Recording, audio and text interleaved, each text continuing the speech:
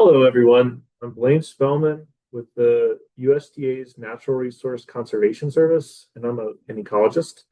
I've been working in Alaska for about 20 years, sampling and describing vegetation. Today, I have the great pleasure to briefly introduce the family Poaceae, or the grass family. The talk is going to be a couple general slides about facts that would be good to know, including why grasses are important ecologically, where they occur in dominance, some basic terms to get us all on the same page, and then I'll showcase a couple genera that I felt I had good photos of and that were interesting. Why are grasses ecologically important? And first off, they provide a great deal of vital habitat for a vast array of fauna, ranging from insects to large grazing mammals. They have a very dense, fibrous, and often deep root system that sequester an immense amount of carbon. The mollisols of the Great Plains really showcase what grasses can do. You have these meters, sometimes deep soils that are dark, black, deep, and it's because that those soils have been in grass and had grass dominance for millennia. Finally, another ecological importance is the soil stabilization. That root system I talked about holds the soils together, preventing erosion by wind and water. And then agriculturally, you grow a lot of food, meat, eats a lot of these grains or is grass fed. And then the grains themselves are often from this family, like rice, corn, wheat.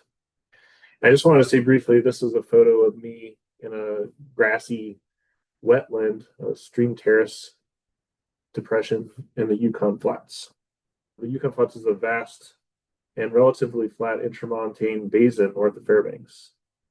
Grass cover dominates vast stretches of the Yukon Flats and generally in interior Alaska, where a forest fire occurred in black or white spruce and burned very hot, very extensively. What comes up oftentimes is grass or a mixture of grass and herbaceous plants like fireweed. And then, as you can see here in the satellite image, grass is also very common in these pockmark shaped depressions that you see in the satellite image, and those can be on stream terraces or on floodplains. Other areas in the state that can have a lot of grass cover include these alder grass mosaics on hill and mountain slopes, Aleutian meadows, shore complexes, which include landforms like dunes and lagoons, and then estuaries can be rather grassy. So during this talk, I tried to use the Alaska provisional checklist as much as possible. And you can see this is a big family. Poaceae has 54 genera with at least 183 species by my count. So what makes grass a grass? Like sedges and rushes, grasses have leaves that are linear, simple, entire, and with parallel veins. The inflorescence consists of florets arranged in a panicle or spike, and the flowers are usually small and inconspicuous. So what makes grasses unique compared to sedges and rushes is that the stems are jointed and hollow and round in cross-section, and the leaves are two-ranked. So to get us on the same page, I put this slide together to showcase a couple common plant parts of the grass family. Starting it off, I'd like to say where the florets are on the grass is called an inflorescence right here. The stem of a grass, which extends from the bottom of the inflorescence all the way down to the ground, is called a culm. The joints that I talked about earlier are actually called nodes. Here's the basal leaves, the leaves at the bottom where the ground is. And here's a leaf blade. The leaf blade extends down into a sheath that goes around the stem. And where the leaf blade and the sheath meet is this collar.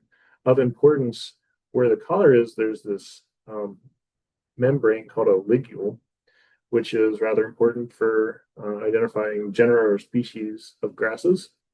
And I just want to point out this insert that I got from a field guide to Alaska grasses by Skinner et al. 2012. It's a great book that showcases for each species the different component parts of that make up the an individual grass species, I think it's a great resource. So now breaking this further down, looking at the inflorescence. The inflorescence is broken down into units, which we call spikelets. That's what houses the floret. So here's a zoom in of an actual spikelet. Once again, this is a spikelet, this is a spikelet, this is a spikelet. So here's a zoom in of the spikelet. The spikelet is composed of bracts, and the bracts essentially enclose the achene or seed. So every spikelet, at the base of the spikelet will be two bracts called glumes. And then above the glumes, where the seeds are, there'll be at least two more bracts. The one that's on the outside of the achene is called the lemma, and the one on the inside of the achene is called a palea. So the lemma would be positioned on the abaxial surface, and the palea always on the adaxial surface. And each achene will have a lemma and a palea. So I think that's our brief terminology. Then because of this talk being kind of condensed, I thought it would be fun to share this visual aid that Irina Lapina made with the Alaska Natural Heritage Program that kind of breaks down Holtein's flora, key for the grass family, into different groups. This visual aid's first splits occur based on the shape of the inflorescence. So if the inflorescence has an open look where the individual spikelets have these long branches and it just has an open look, it's called a panicle. So if your grass it has panicle, then it's going to be in group one. And if it's more condensed, cylindrical looking, so it would be called a spike or spike-like in shape. Then there's two additional groups, and you have to look at the individual spikelet and see whether it has a stem or whether it's directly connected to the stem of the inflorescence. It's essentially sessile. So three groups. The first group I'd like to go over is, of course, the panicle, the open inflorescence, and these are genera that have only one seed per spikelet. And on this slide, you see a check marks, and in subsequent slides, you'll see check marks. These are just common genera that I have seen extensively during field work. So as you work your way through this visual key, you'll see whether the lemmas themselves then are awns, whether you see hair, whether you see bristles, what's the general shape of the glumes in relationship to the length of the lemmas, et cetera, et cetera. And I'm just going to quickly introduce a couple of these genera. One of the most common genera that you'll find in this grouping is Calamagrostis.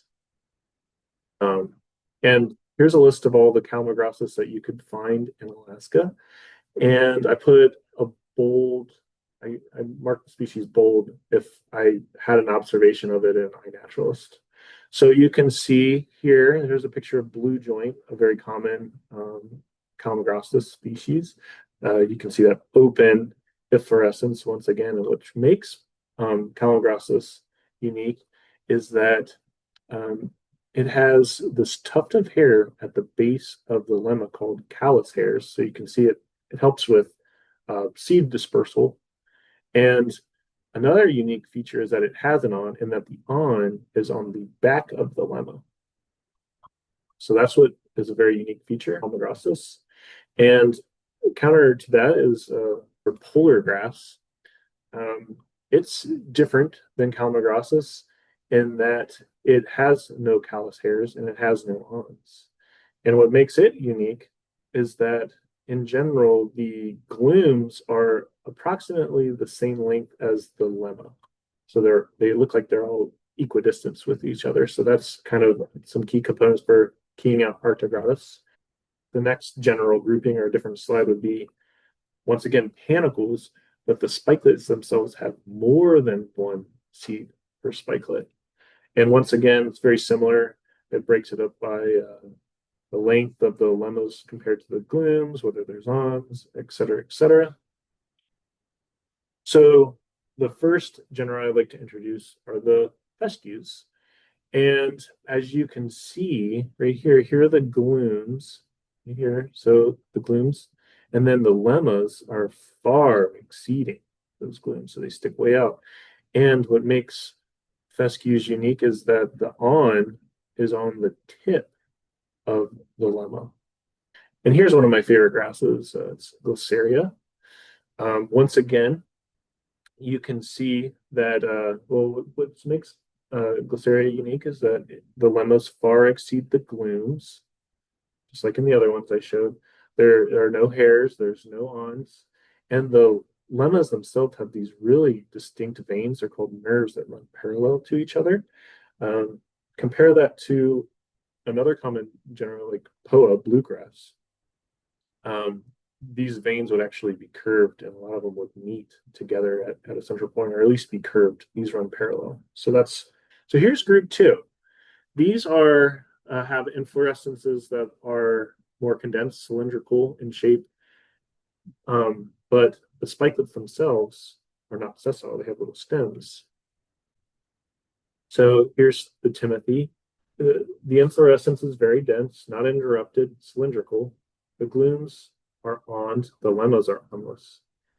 These glooms, as you can see, and they look like it, are very stiff and they can easily get transported, stuck in your clothing and animal fur and moved about. And then Beckmania, you can see that the inflorescence is actually composed of discrete groups. You can see right here. So they're interrupted. That's kind of a big difference between the other genera that I showed. And here's the final group, group three. These would be spike-like inflorescence, but the spikelets themselves have no stems, so they're sessile. The first genus I'd like to introduce is barley. Here's a photo of foxtail barley growing on a stream terrace off the Shimjack River in the Yukon Flats. Very extensive, very common, probably native there. Here's a zoomed in photo I did not take. I thought showcases what makes this a really interesting genera. They each spikelet will have these four awns, which are actually reduced glooms at the base, at their base. And it's important to note for this particular grouping that this genus has one spikelet per node of the inflorescence. Compare that to Limus. So you can see how dense and compacted this inflorescence is. There's actually multiple spikelets per node of the inflorescence here for Limus. And these are very common grasses, especially the American lime grass grows all over the shores and on dunes in Alaska. And then E. limus is another genera.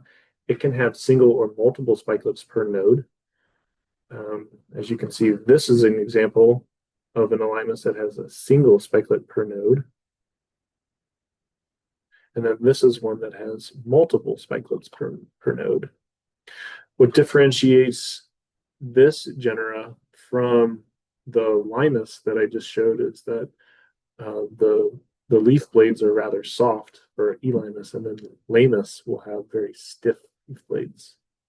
So that's a very short introduction to the family, and I really appreciate having the time to introduce Poaceae grass to this group, and I hope you have great luck learning more about this family going forward with your forays into nature.